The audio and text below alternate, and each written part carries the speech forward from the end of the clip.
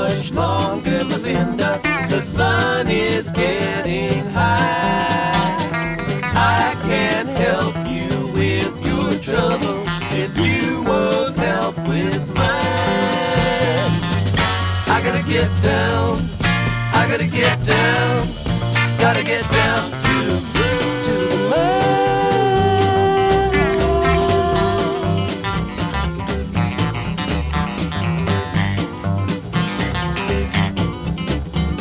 You keep me up just one more night, I can't sleep here no more. Little Ben clock says 7:45. You kept me up till 4. I gotta get down, I gotta get down, or I can't work there no more.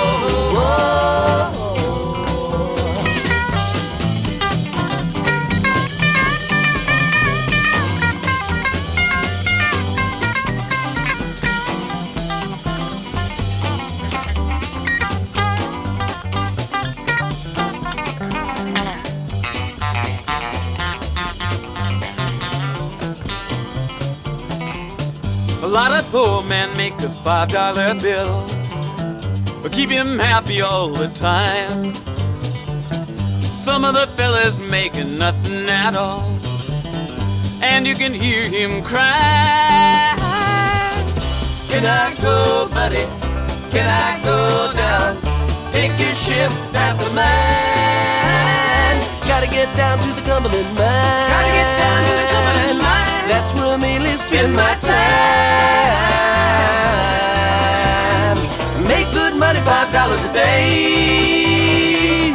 Made any more, I might move away.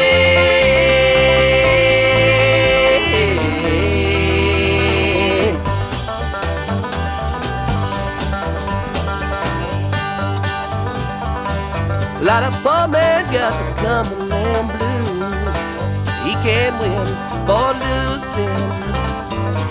A lot of poor men got to walk the line just to pay his union dues. I don't know now, I just don't know if I'm going back again. I don't know now, I just don't know if I'm going back again. I don't know now, I just don't know if I'm going back again.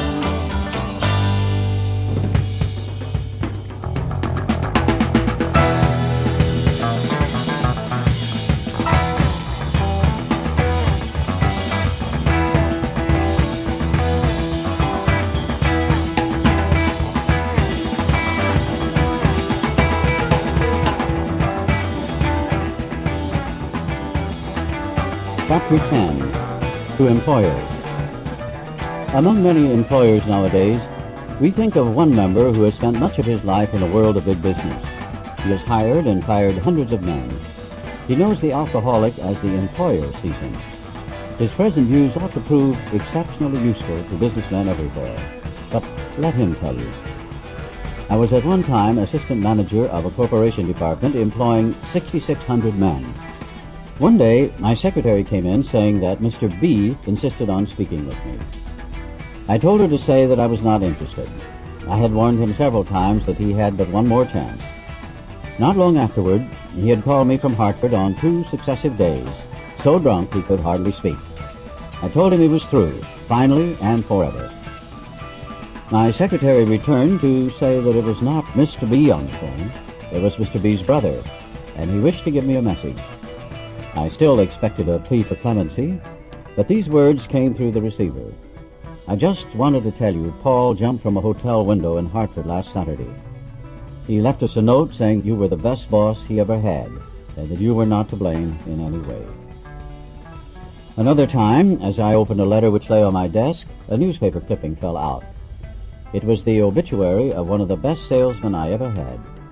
After 2 weeks of drinking, he had placed his toe on the trigger of a loaded shotgun. The barrel was in his mouth. I had discharged him for drinking 6 weeks before. Still another experience. A woman's voice came faintly over long distance from Virginia. She wanted to know if her husband's company insurance was still in force. 4 days before, he had hanged himself in his woodshed.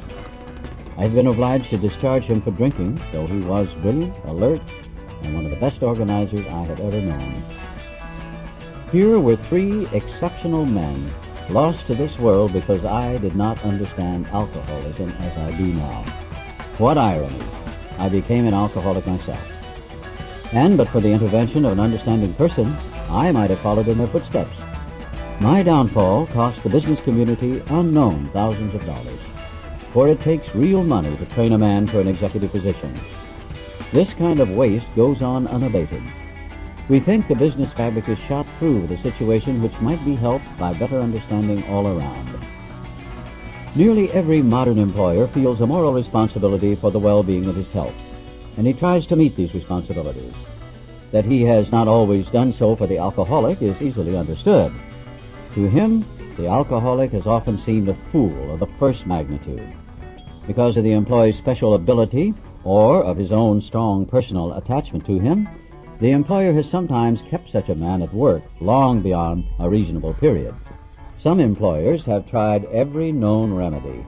In only a few instances has there been a lack of patience and tolerance. And we, who have imposed on the best of employers, can scarcely blame them if they have been short with us. Here, for instance, is a typical example. An officer of one of the largest banking institutions in America knows I no longer drink. One day he told me about an executive of the same bank who, from his description, was undoubtedly alcoholic. This seemed to me like an opportunity to be helpful, so I spent 2 hours talking about alcoholism, the malady, and described the symptoms and results as well as I could. His comment was, "Very interesting, but I'm sure this man is done drinking.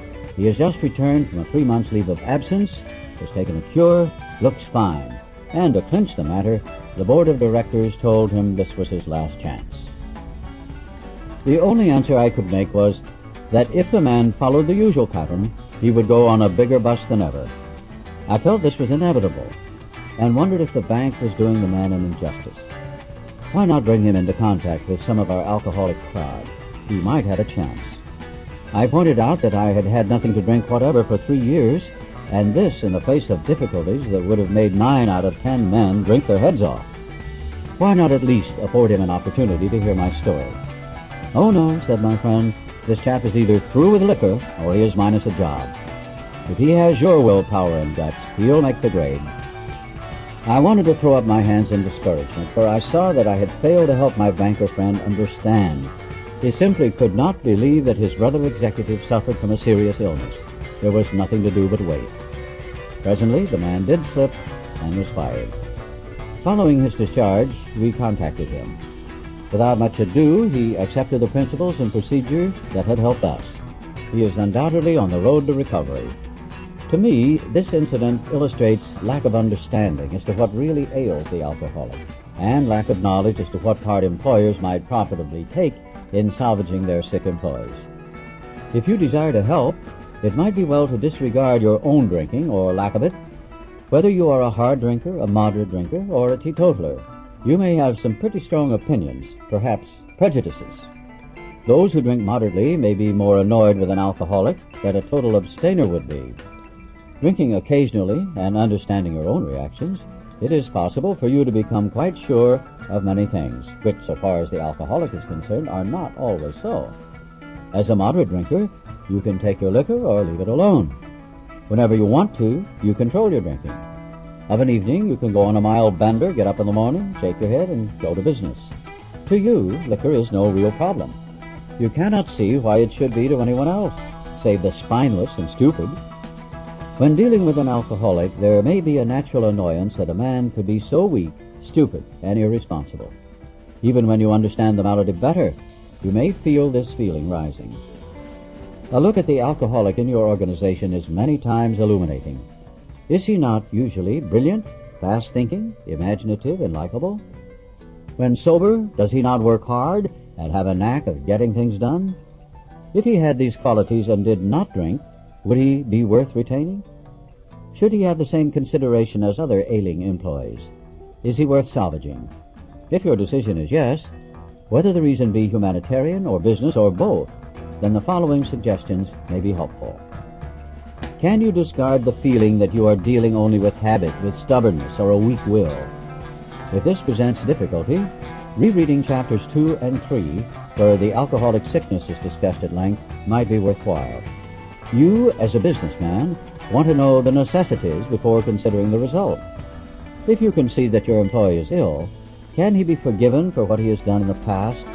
Can his past absurdities be forgotten? Can it be appreciated that he has been a victim of crooked thinking directly caused by the action of alcohol on his brain? I well remember the shock I received when a prominent doctor in Chicago told me of cases where pressure of the spinal fluid actually ruptured the brain.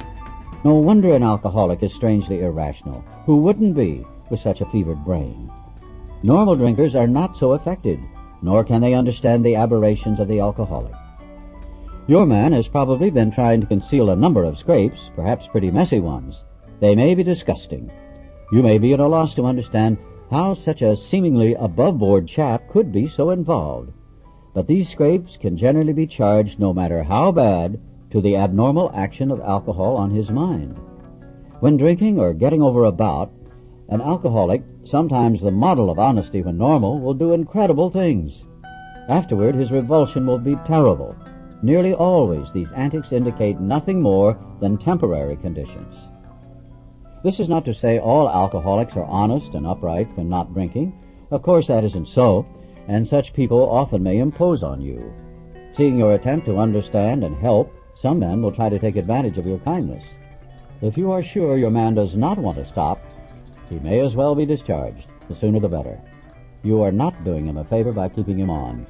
Firing such an individual may prove a blessing to him. It may be just the jolt he needs. I know in my own particular case that nothing my company could have done would have stopped me. For as long as I was able to hold my position, I could not possibly realize how serious my situation was. Had they fired me first, and had they then taken steps to see that I was presented with the solution contained in this book, I might have returned to them 6 months later, a well man. But there are many men who want to stop, and with them you can go far. Your understanding treatment of their cases will pay dividends.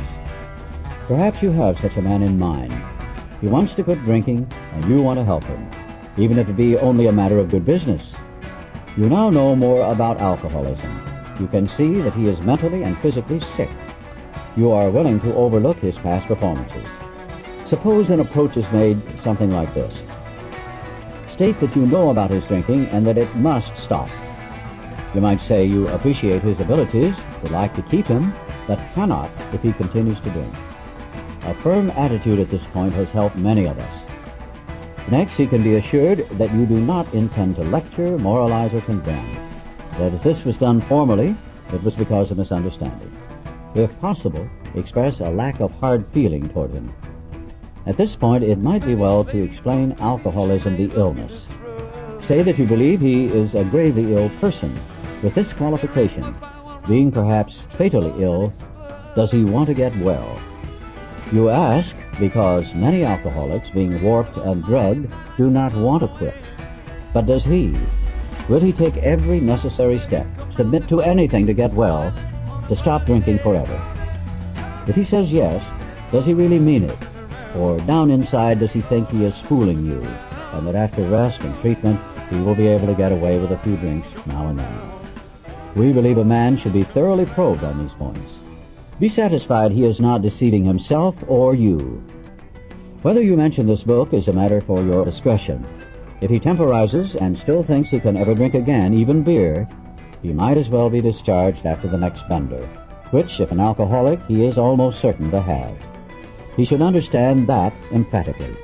Either you are dealing with a man who can and will get well, or you are not. If not, why waste time with him? This may seem severe, but it is usually the best course.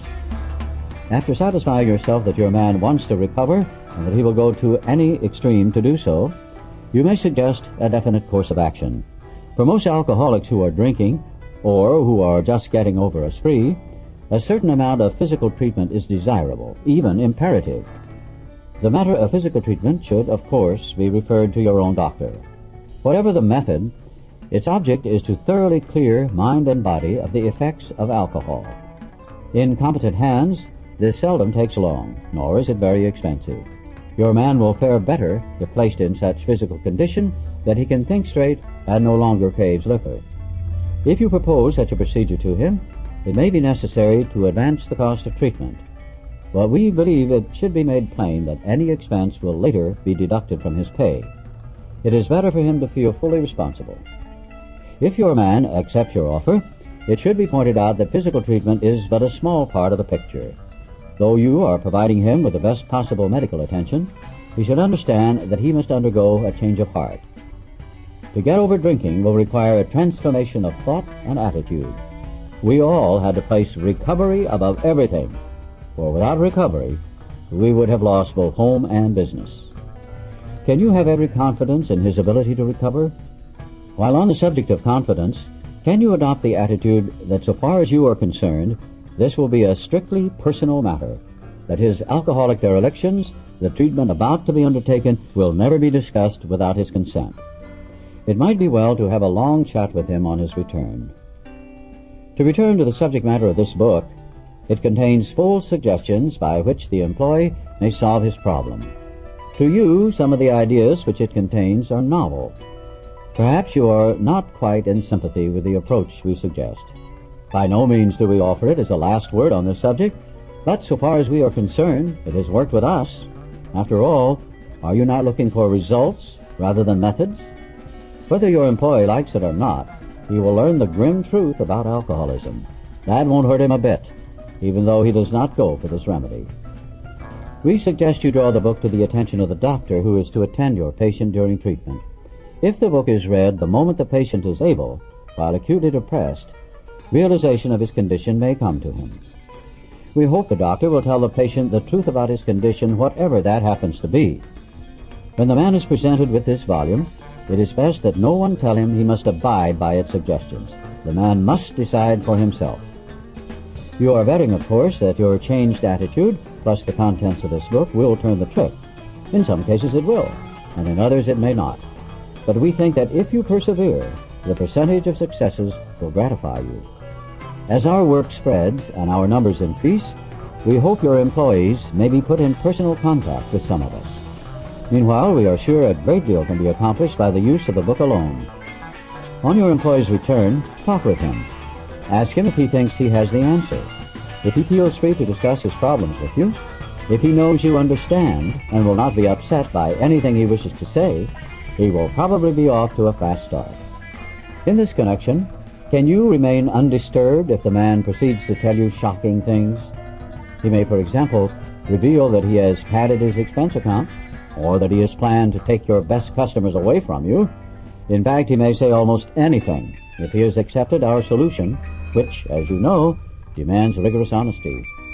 Can you charge this off as you would a bad account and start fresh with him? If he owes you money, you may wish to make terms. If he speaks of his home situation, you can undoubtedly make helpful suggestions. Can he talk frankly with you, so long as he does not bear business tales or criticize his associates? With this kind of employee, such an attitude will command undying loyalty. The greatest enemies of us alcoholics are resentment, jealousy, envy, frustration, and fear. Wherever men are gathered together in business, there will be rivalries, and arising out of these, a certain amount of office politics. Sometimes we alcoholics have an idea that people are trying to pull us down. Often this is not so at all, but sometimes our drinking will be used politically. One instance comes to mind in which a malicious individual was always making friendly little jokes about an alcoholic's drinking exploits. In this way, he was slyly carrying tales. In another case, an alcoholic was sent to a hospital for treatment. Only a few knew of it at first, but within a short time it was billboarded throughout the entire company. Naturally, this sort of thing decreased the man's chance of recovery. The employer can many times protect the victim from this kind of talk. The employer cannot play favorites, but he can always defend a man from needless provocation and unfair criticism. As a class, alcoholics are energetic people. They work hard and they play hard. Your man should be on his mettle to make good. Being somewhat weakened and faced with physical and mental readjustment to a life which knows no alcohol, he may overdo. You may have to curb his desire to work 16 hours a day. You may need to encourage him to play once in a while. He may wish to do a lot for other alcoholics, and something of the sort may come up during business hours. A reasonable amount of latitude will be helpful. This work is necessary to maintain his sobriety.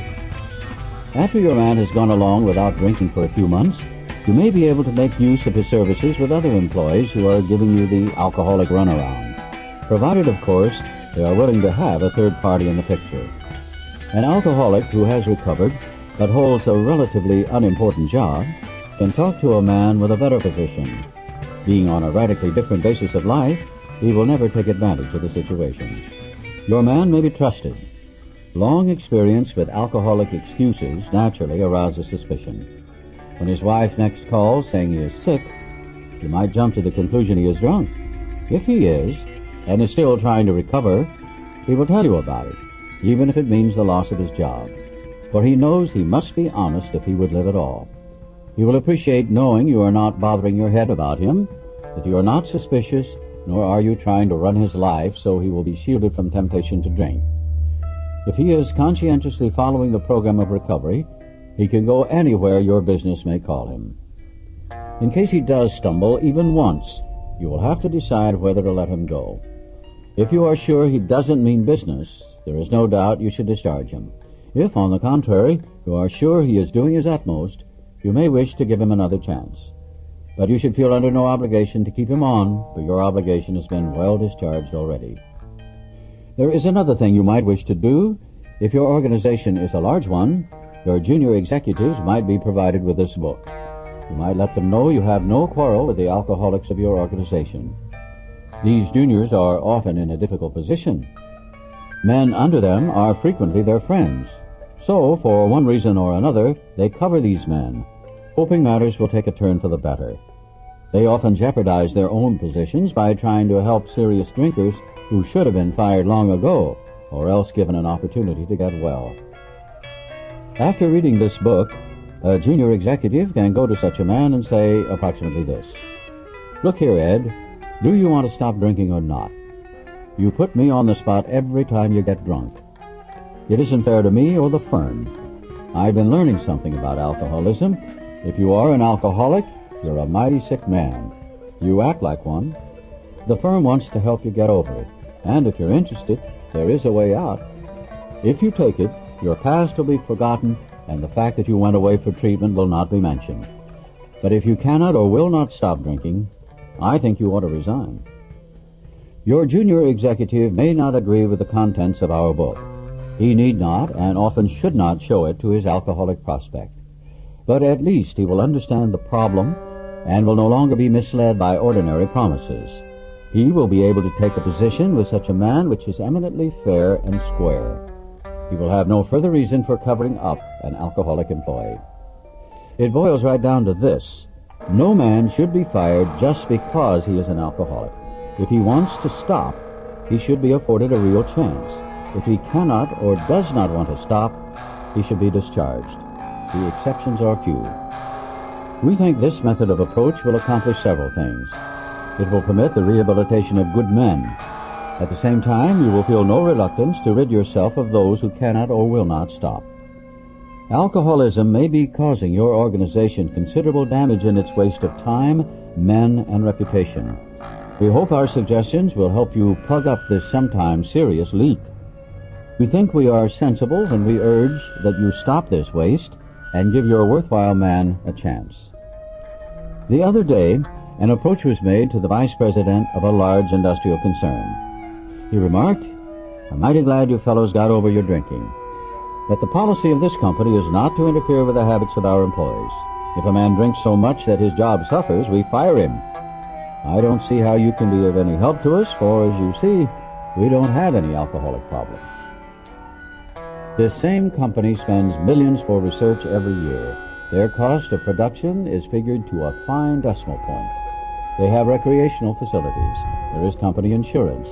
There is a real interest, both humanitarian and business, in the well-being of employees. But alcoholism? Well, they just don't believe they have it.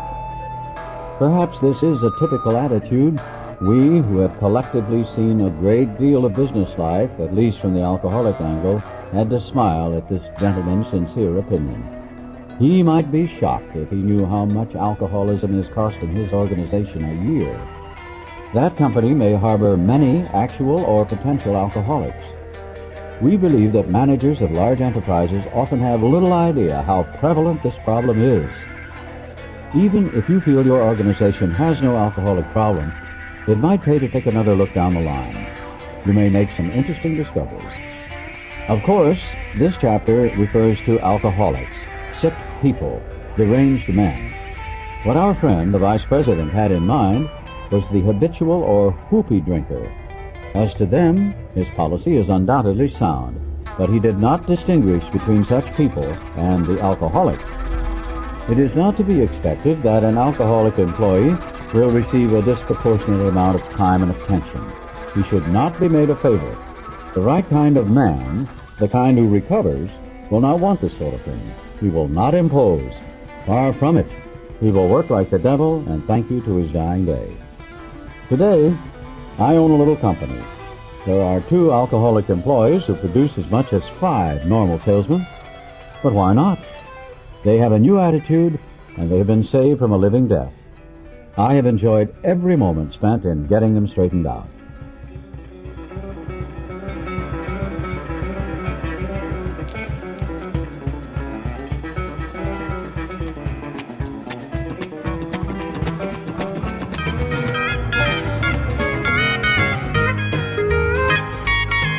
In the timbers up in Ario, the wolves are running round.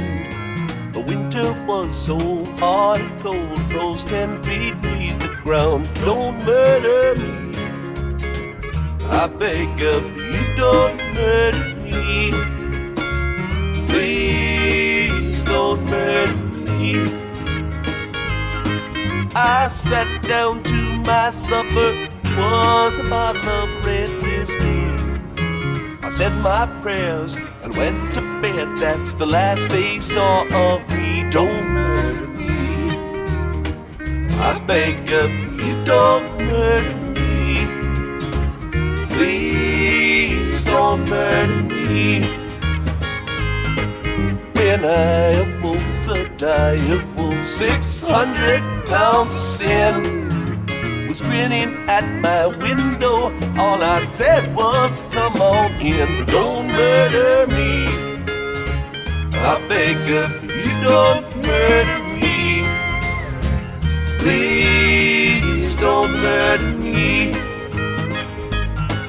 The wolf came in, I got my cards, we sat down for a game. I cut my deck to the queen of spades, but the cards were all the same. Don't murder me, I beg of you, don't murder me. Please don't murder me. Don't murder me.